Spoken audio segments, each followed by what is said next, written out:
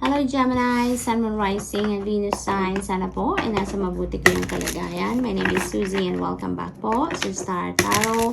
General reading po ito at hindi ito magre-resonate sa lahat. At para sa September 13 po ito ng mga daily messages ninyo. And maraming salamat din Gemini sa inyong walang sawang pagsuporta sa ating channel. I truly appreciate it and God bless you all. Kung bago naman kayo rito, welcome na welcome po kayo rito sa ating channel. Ten of Wands. Ayan. So this is a new beginning energy and there is also endings dito na mangyayari. No? Parang yung wands na bitbit ninyo, this is burden, no? This is burden. Mabigat na tong dala-dala ninyo for so long, pero ngayon, ibinababa na ninyo, no? Handa na kayong i-give up yan, handa na kayong ibaba na yan from your shoulders kasi mabigat na masyado. No? Maaring emotional burden ito, Gemini, na magtatapos dito. Natatapusin nyo na yung pagkarga, no? Sa kung ano mang emotional burden na yan. Maaari din na this is household chores, obligasyon na sobrang dami naman, or maaring this is about trabaho, no? Maaring this is an overwhelming task na binibigay sa inyo din ng boss ninyo. Maaring ganun din Gemini, no? Whatever the case may be, you are going to decide to put an end dito sa inyong sitwasyon. Maaring aalis na kayo, iiwanan nyo na ang sitwasyon na yan, or you are going to ask for help na ngayon, no? Either way, no, maaring either way yun ang yun ang gagawin na ninyo sa ngayon. Hihingi kayo ng tulong or talagang totally iiwanan nyo na to. Maaring trabaho yan, no? Maaring trabaho yan na siguro sabihin ninyo, parang, alam mo yun, this is no longer for me, no? Parang it's taking a toll on me na, kaya maaring magdesisyon ng iba sa inyo na magre-resign na lang kayo, no? Otherwise, ang iba naman sa inyo dito maaring you're going to speak up na, no? Ipaparating nyo na sa mga boss ninyo siguro ang totoo nyong sitwasyon sa trabaho. Na nahihirapan na kayo, na it's too much na alam mo yun, hindi na healthy para sa'yo. Maaaring ganun, working long hours. What else? We have 10 of Pentacles. Wow, we have 10-10. Gemini. This is synchronicity. Dalawang 10. So, I suggest po Gemini na pakitignan ninyo ang ibig sabihin ng angel number na 1010 for more guidance. Okay? Ang dami ng resources online po ang nag-explica sa mga angel numbers. Kaya please look up for the number 1010 po para sa more insights, more information, more inspiration para sa inyo, no? Dito naman sa 10 of Pentacles, this is about wealth. This is about family legacy, inheritance, no? This is about financial future, financial security and stability, you know? At maaari talaga then na ang iba sa inyo, yun ang focus sa ngayon, no? Maring yun ang binibigyan ninyo ng inyong atensyon, ang pagbibuild ng inyong financial stability, no? For the long term, for yourself and for the family, no? Maaring gano'n ang sitwasyon. May napipick up din ako dito na maaring ang burden na to is sa pamilya, no? Maaring pakiramdam ninyo siguro lahat ng responsibilidad ay nasa inyong balikat, no? Kaya it feels like to me na ngayon naririnig ko breadwinner, no? Gemini, maaring kayo yung breadwinner ng pamilya or maaring kayo yung pinakamalaki ang parte, no? Sa support na pinoprovide sa inyong pamilya. Maaring yan ang nasa balikat ninyo and maaring ang gagawin ng iba sa inyo dito is you are going to ask for help sa iba ninyong mga kapamilya na tulungan na kayo sa ngayon. Kasi maybe for the longest time, kayo yung nagpo-provide sa inyong pamilya. And ngayon, maybe, no, nahihirapan na kayo na parang lahat ay nasa balikat ninyo. That's why you're asking for help dito sa iba ninyong kapamilya na tulungan ka, no?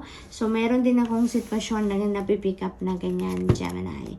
Five of Cups. Ayan. So, may mga regret kayo dito. May mga regret. Maaring may mga opportunities dito na lumampas na sa inyo. It's because you are making sacrifice, no?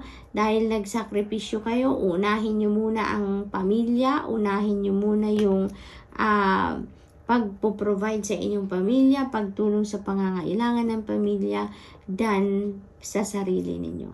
So, maaring yun ang yun ang ikinalulungkot ng iba sa inyo dito, no? Kasi para siguro ngayon nararamdaman ninyo na sana, no? Siguro nandun ako sa kung nasaan ako, siguro ganito na ngayon ang sitwasyon ko if hindi kayo nagsakripisyo. No? So, parang may mga ganong sitwasyon ako napipick up dito na may mga nawala sa inyo because you made sacrifices, no? But, you know what, Gemini? Wag na kayong masyadong malungkot or wag na kayong malungkot at all, di ba? Kasi alalahanin nyo na lang na kung may mga bagay or sitwasyon or kung ano pa man, na hindi napunta sa inyo or hindi nyo nakuha, or hindi na pa sa'yo, in short, yung meaning hindi yan talaga para sa'yo. Whatever the case may be, hindi yan para sa'yo. Otherwise, ano't ano man ang yung sitwasyon, ano't ano man ang nangyayari sa buhay ninyo, it will be yours, no? Kasi kung ano ang para sa'yo, no, it will come to you. In any way, in any form, diba? Sa kahit anumang paraan, mapupunta yan para sa'yo. Mapupunta yan sa'yo kung yan talaga ay para sa'yo. Kaya kung meron mang hindi dito napunta sa'yo, meron mang kayo mga missed opportunities, ibig sabihin na that is not really meant for you, no? Not really meant for you at this time, or maybe talagang hindi yan para sa'yo kahit kailan. No, Gemini, kaya just focus on what you are doing right now. Just focus on what you have right now dahil you never know kung ano ang meron kayo ngayon. Yun ang talagang kailangan ninyong pagyamanin. It's because maybe yun din ang magbibigay sa inyo talaga ng fulfillment, ng happiness, ng success. Diba? So Gemini, that's all I have for you for today. I hope nakatulong ang mga mensaheng ito in some way. Thank you for watching. Love and light. Namaste. Hello Libra, Sun, Moon, Rising, and Venus sign. Sana po ay nasa mabuti kayong kalagayan. My name is Suzy and welcome back po sa Star Tarot. Ito po ang inyong daily messages for September 13 at general reading po ito. Kaya hindi ito magra-resonate sa lahat. Maraming salamat din po sa inyong walang sawang pagsuporta sa ating channel. I truly appreciate it and God bless you all. Libra, kung bago naman po kayo rito, welcome na welcome po kayo. And thank you sa inyong pagbisita. We have 2 of Wands. Ayan, so strategizing, planning, ready na, no? Ang mga plans ninyo dito, Libra, no? Ready na, nakahanda na kayo mag-roll out ng kung ano man ang mga pinagplanuhan ninyo sa ngayon. Ang dami na ding opportunities, no? Na lumalapit sa inyo sa ngayon, Libra, as you make plans, no? Parang yung mga opportunities na to na nag-show up na sa inyo ngayon is also in alignment with your plans, di ba? Kaya parang you can't wait to start, kumbaga, no? Because the world is your oyster na. Yun ang nararamdaman ninyo ngayon dahil marami na sigurong kumakatok na opportunities para sa inyo. Kaya naman, naiisip ninyo, nararamdaman ninyong handa na kayo, no? You are ready to start at to roll the ball na ngayon, Libra. So, go for it, no? Go for it. Maaaring may mga choices lang kayo dito kailangang pagpilian, kailangang pagdesisyonan. It's because siguro marami talagang opportunities na ang lumalapit sa inyo. Kaya namimili kayo or kailangan ninyong mamili kung ano yung kukunin ninyo, kung ano yung uunahin ninyo, yung mga ganon. 4 of Wands, beautiful. This is celebratory energy, Libra, kaya most likely may mga success, no? May mga successes kayo dito na isi-celebrate. Maaari din na this is celebration, no? Celebration ng tagumpay or celebration dahil siguro merong mga party, yung mga ganon. Maaring meron ditong wedding party, engagement party, maaring meron mga birthday or anniversary party din na i-held ang inyong pamilya or ang inyong mga kaibigan at maaring ikaw ay maiimbitahan. Maaring ganun din, no? Maari din na there is homecoming dito, Libra. There is travel involved dito. Kasi meron din ako nakikitang reunion dito ng pamilya at mga magkakaibigan, no? Libra, kaya masaya, no? Masaya ang vibe nito, Libra. Kasi parang hindi lang puro yung pangarap ninyo ngayon ang iniisip ninyo, but also, you are also giving yourself an opportunity to enjoy, makipag-catch up din kayo sa mga kapamilya ninyo, kaibigan, makipagsaya, no? Makipag-celebrate. Kasi maaari din dito, Libra, na meron kayong achievement, no? Or accomplishment na nakamit sa ngayon, and you are also going to celebrate that with your family and friends, no? So may ganong sitwasyon. Ace of Cups, napakaganda naman, Libra. This is an overflowing of blessings coming in, no?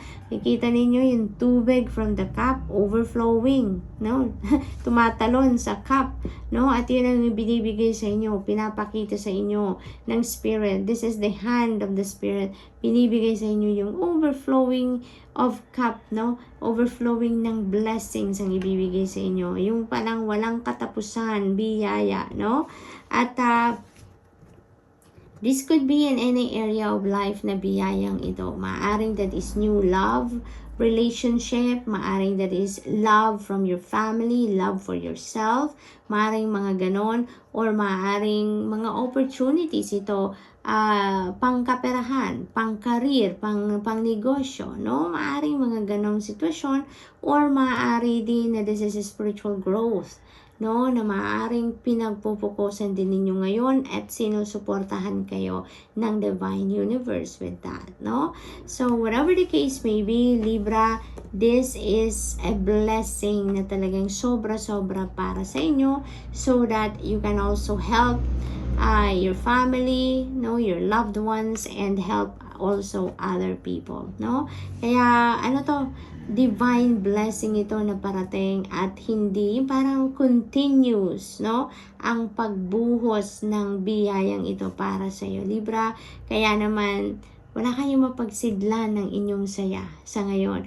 You will be feeling contented, you will be feeling joyful, hindi lang yung happiness, kundi talagang malalim na happiness, joy, no? Overflowing of joy ang mararamdaman ng iba sa inyo dito, Libra, because of these divine blessings. So, Libra, that's all I have for you for today. I hope nakatulong ang mga mensaheng ito in some way. Thank you for watching. Love and light. Namaste. Hello, Aquarius, Sun, Moon, Rising, and Venus sign. Sana po ay nasa mabuti kayong kalagayan. My name is Suzy and welcome back po sa Star Tarot. At general reading po ito, ha? And this is daily messages po ninyo for September 13. Maraming salamat din po sa inyong walang sawang pagsuporta sa ating channel. I truly appreciate it, Aquarius, and God bless you all. Kung bago naman po kayo dito, welcome na welcome kayo sa ating channel, and maraming salamat sa inyong pagbisita. Lovers energy. Ayan. So, Aquarius, maaring decision making na kinakaharap ng iba sa inyo dito related sa inyong relasyon, no? Relationship not limited to to love and romantic relationship, at maaring decision making ito in terms of your relationship with your katrabaho, kaibigan, kapamilya, or maybe ka-business partner, no? Kung meron kayong ka-business partner, maaaring ganun din ang sitwasyon. And this is a reminder for you, no? Then, when you make decisions, no? Lalong-lalo na dyan sa inyong relationship, make sure na pag-iisipan ninyong mabuti, no? Make sure na ilalagay ninyo yung inyong well-being, yung inyong happiness talaga on the first priority, no? Hindi yung decision na you want to please other people, kaya ito magiging desisyon ninyo. Hindi po, no? Yung ina-advise sa inyo dito is to put yourself on the number one list when you consider things or people, no? when making decisions. Okay? For others of you, maaring this is a love connection, no? A new love connection developing. Maaring may bago kayong kakilala, maaring may nandiligaw na sa inyo, maaring ganun din ang sitwasyon, no? Maaring you are considering to enter a new love and romantic relationship kung kayo po ay single pa, no? Aquarius. For others of you na maaring nasa relasyon na, may karelasyon na, maaring ito naman ay nagbabalak na siguro na ang iba sa inyo na mag-level up na, no, sa inyong relasyon. Maaring gusto na ninyong mag-asawa, maaring nag-iisip na kayo na mag-settle down na, mag-anak na, bumuo na ng pamilya, yung mga ganun ba, no? We have, yes, Hierophant energy, marriage is really imminent dito. So, maaari talaga na may mga usapin na ng pagpapakasal dito. Maaring na-engage na ang iba sa inyo dito. Kaya, maaring preparing for the wedding na ang iba sa inyo dito. No, Aquarius? At maaari din talaga na ikakasal na ang iba sa inyo. Maaring nagkakausap na kayo ngayon ng mga pare, mga spiritual people for advice, for marriage counseling. Maaaring may mga ganong ginagawa na ang iba sa inyo dito, Aquarius. So, congrats. We have 10 of Swords. Ayan. So, maaaring ang iba din sa inyo dito, no? 10 represents endings and beginnings. Kaya definitely, this is a new beginning energy din for some of you.